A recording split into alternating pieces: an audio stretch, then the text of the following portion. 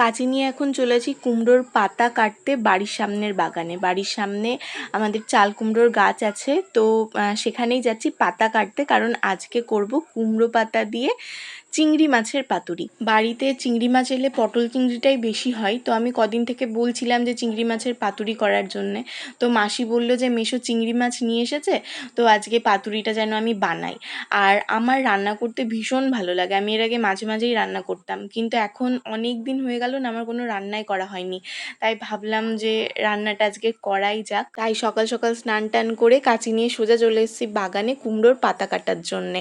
আর বাড়িতে যদি কোনো সবজি হয় না, তো সেই সবজিগুলো না তুলে রান্না করা তার মজাটাই আলাদা, পুরো অন্যরকম লাগে। আর এখানে মাসি আমাকে ইনস্ট্রাকশন দিচ্ছিল যে কোন পাতাগুলো বেশি ভালো, কোন পাতাগুলো কাটলে ভালো হবে। তো আমি সেইভাবেই মাসির কথা শুনে পাতাগুলো কেটে নিচ্ছিলাম।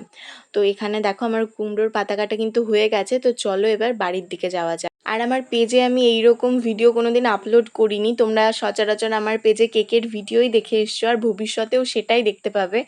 আজকে কেন জানি না ইচ্ছে হলো যে একটা জিনিস আমি বানাবো, তো সেটার জাস্ট তোমাদের সাথে একটু শেয়ার করি, আর কিছুই না। তো আমি বাড়িতেও চলে এসেছি, আর পিছন পিছন মাসিও আসছিল। আর এই যে আমি রান্নাঘরে ঢুকে গেছি।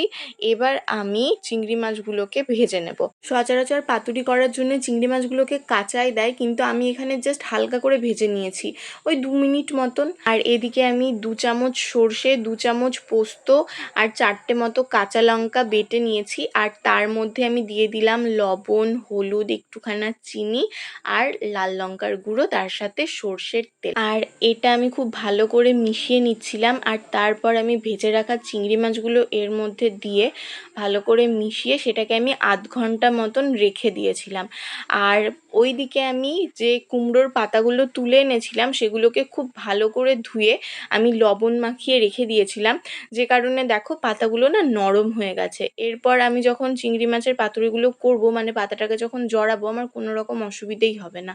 তো আমি এর মধ্যে এক এক করে চিংড়ি মাছগুলো দিয়ে দিচ্ছি।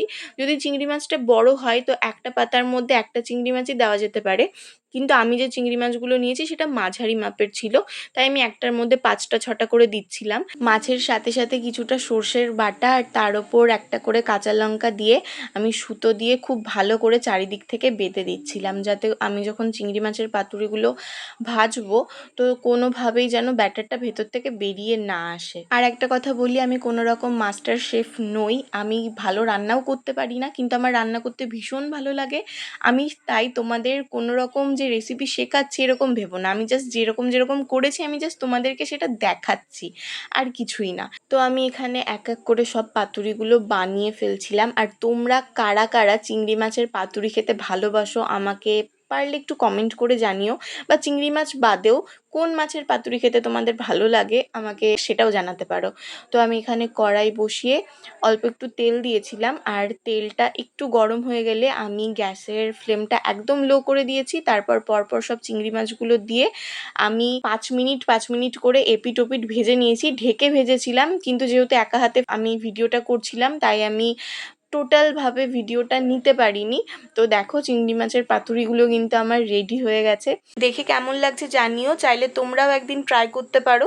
আর যদি আবার কখনো মনে হয় কোনো একটা ভিডিও না হয় আবার শেয়ার করব। আজকের মতো টাটা।